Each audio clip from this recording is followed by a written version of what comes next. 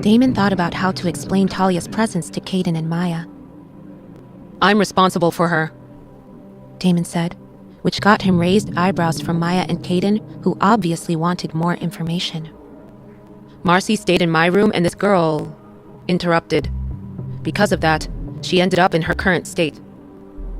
Maya connected the dots. Is she the Omega you mentioned, who got a beating from Marcy? Damon nodded. Why do you make it sound like you bear responsibility? Caden asked. If Marcy has a temper, it seemed only a matter of time before she snapped, regardless of your involvement. Damon raised his hand, indicating to Caden to be patient. That marked the first time. Then I went to Alpha Edward and told him that some Omegas received physical punishments and that he should talk to Marcy about it. And after that, this girl got another beating. Maya and Caden exchanged looks, feeling that something was missing from the story.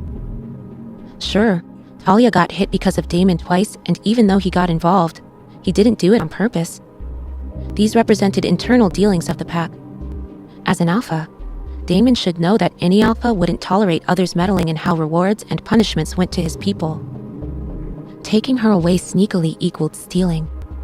Alphas considered their pack members like their belongings, because a pack built strength with numbers. By taking away Talia, Damon indirectly weakened the Red Moon pack. Sure, she didn't fight as a warrior, but every member counted. You know that Alpha Edward might turn hostile if he finds out that she stays with us, right? Caden asked. Damon rubbed his face with force. He knew that, but... You didn't see where she lived. I found her in the attic, bruised and bleeding among broken furniture and rags. No one cared about her. And you do? Caden snapped. You understand that our relationship with the Red Moon Pack remains tense, and that Alpha Edward works in the shadows while trying to topple you, and you just gave him a reason to go openly against us. Does she deserve jeopardizing the Dark Howlers Pack? Do you realize that this might cause a war? Damon growled and his face contorted in anger. What do you expect me to do? To leave her there to rot while waiting for another beating? That's not what Caden said. Maya interrupted while her eyes darted from Caden to Damon. She couldn't go against her alpha, but she didn't want to end up fighting with Damon either. Seeing that she got both Caden's and Damon's attention, Maya resumed talking calmly. We need to do this right. So far, alphas who complained about us accepting their pack members got silenced by elders after we provided them with testimonies of how they came to us willingly. We can't tell them that we smuggled her in a trunk. Only the three of us know how she ended up with us, and we can't keep this under wraps because our pack members will see the newcomer. We need to come up with a cover story that will make sense, because when Alpha Edward notices her missing, we will become the first suspects and he might send people to look for her. Damon frowned at the thought of anyone from the Red Moon Pack coming and searching for Talia. What if they took her away? He got an idea. She didn't have the mind link. The Red Moon Pack brought her as a child and she never went through the acceptance ceremony, so technically, she lives as a rogue. We can say that she grew up with her grandparents and when they died, she came to this area and we found her on our way home accidentally. Who will believe that? Caden asked. Make it believable. Damon snapped. All right. Maya said while waving her hands for Damon to calm down. She represents a rogue we picked up on the way. We will fill that with a few details to make it believable. How do we explain why she came to us and not to some other pack? Something seems off with her wolf, Damon said. Not many packs will accept members who don't show top form. Maya thought that this gave them something to work with. But... will she cooperate and confirm the story? If she doesn't, it will bring trouble for us, and she will go back to the Red Moon Pack. Caden said and looked at Damon with disapproval. I wish you spoke to me before stuffing her in the trunk. Considering that she just lives as an Omega and that Alpha Edward doesn't find value in them, we could have made a deal to take her with us, without risking complications. I didn't stuff her anywhere. She got in on her own, Damon said irritably. Why did they make it sound like he kidnapped her? Damon stayed with Talia in the attic and he didn't want to stay there a minute longer than necessary, so he came up with the idea to leave right away while smuggling Talia with them. He didn't have time for strategy meetings, but it worked. They got out, and they only needed to come up with a cover-up story and things would turn out fine. Why did Caden raise a fuss? A sound came from Caden's phone, and Damon's eyes widened in panic when he saw an empty bed. Talia disappeared. Damon dashed out and ran frantically to his room. He let out the breath he held when he saw Talia sprawled on the floor, sleeping. She fell off the bed. Damon shook his head helplessly because she looked adorable while hugging a pillow, and he panicked like an idiot for no reason. Why did he think that she disappeared?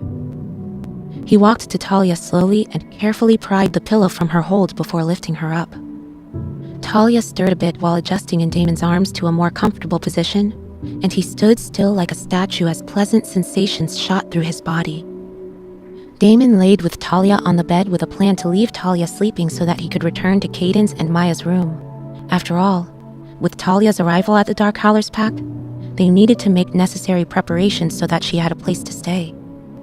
However, Talia's head rested on Damon's shoulder, and her warm breath fanned his neck as wonderful sensations overtook his senses, making him tense and relaxed at the same time, and he couldn't let go. Talia felt exhausted, and Damon didn't sleep for 2 nights in a row either.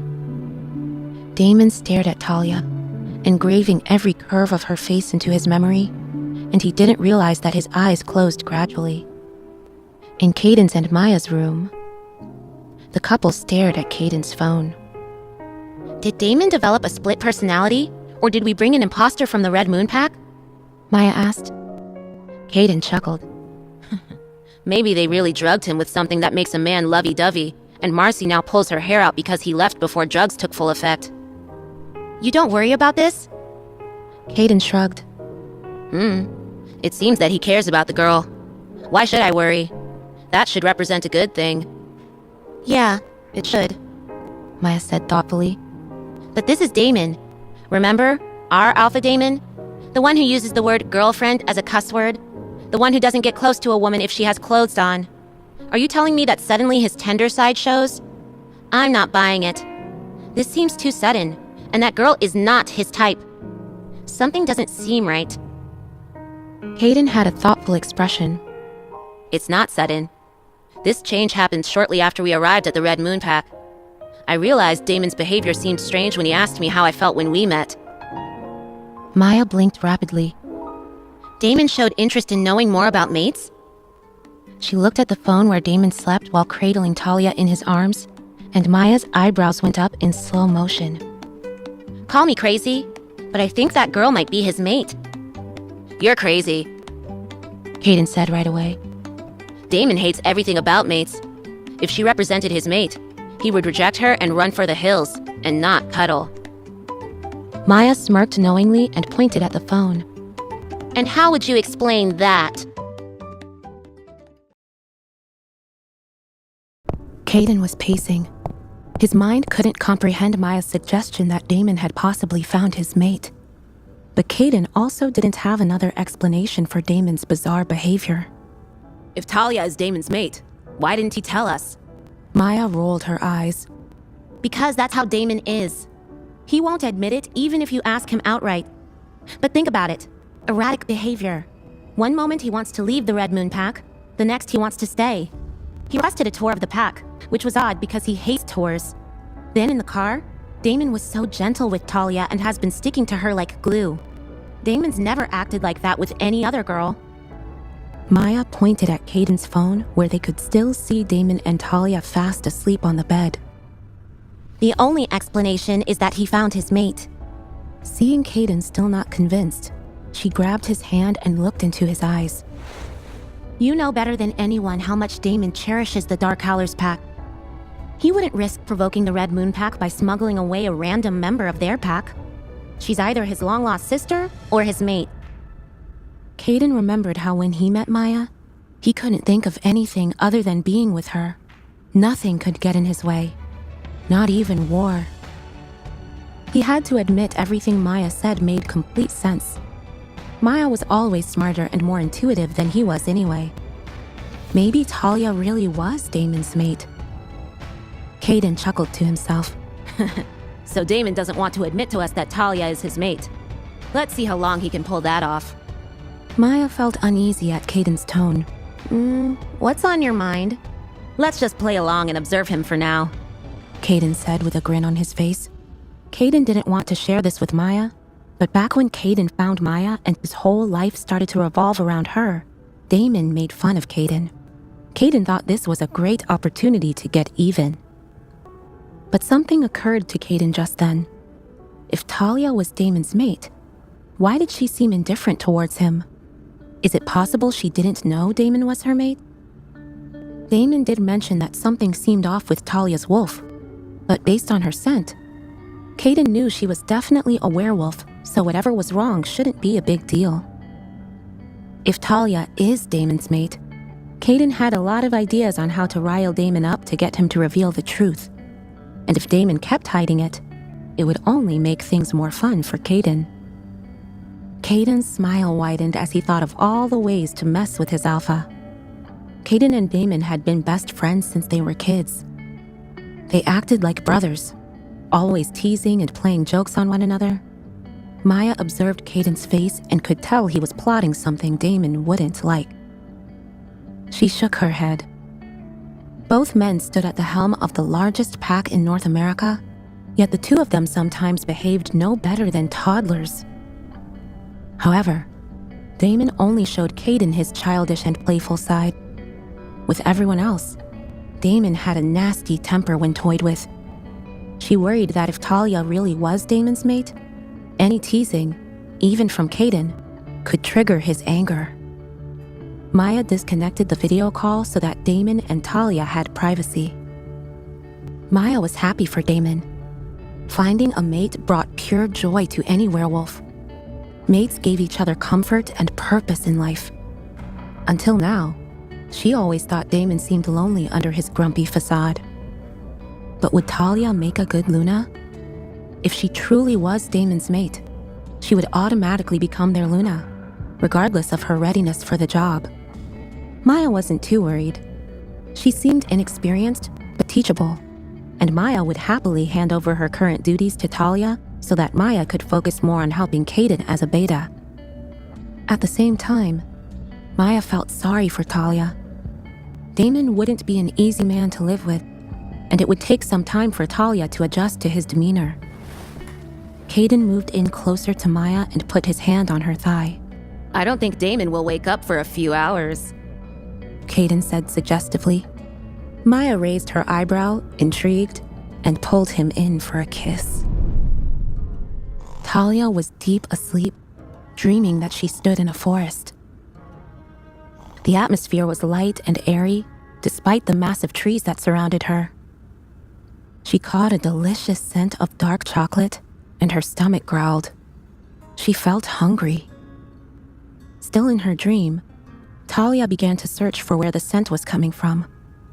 It had been years since she ate chocolate, and she was desperate to have some again. She walked slowly at first, but then she broke into a run as the scent became stronger. Then suddenly, a tree appeared out of nowhere and Talia slammed into it. Ow! Talia cried out as her eyes fluttered open. But there was no tree, no forest, and definitely no chocolate. Damn, it was all a dream. She wished that it lasted only a few more seconds so that she could get a bite or two of that delicacy she'd yearned for. Then Talia realized she could somehow still smell the forest and the dark chocolate, and her arms were wrapped around something. Talia blinked, refocusing her eyes until she suddenly froze in panic.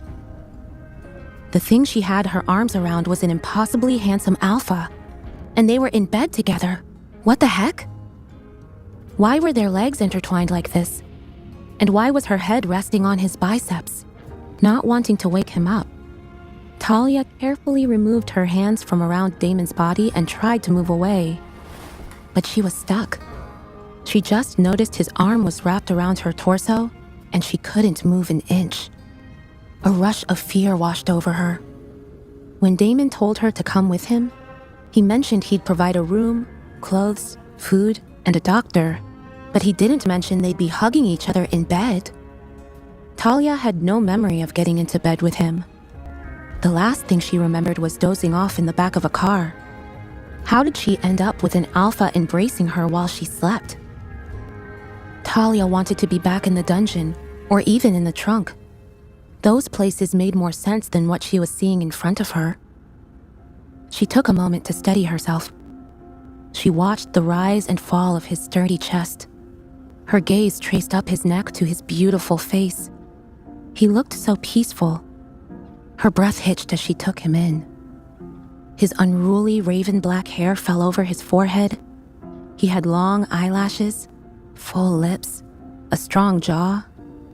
Everything about him was handsome, even the small bump at the base of his nose and day-old stubble. It should be illegal to be this attractive, Talia thought to herself. No wonder Marcy was so desperate to become his wife. But Talia quickly shook those thoughts. It was inappropriate to think of Alpha Damon as attractive. She really shouldn't think about him at all. Talia knew her place as a lowly Omega and reminded herself Alpha Damon had only taken pity on her. That's why she was in this room with him. But it was temporary, and she couldn't develop any feelings for him. If she did, she was sure she'd end up hurt.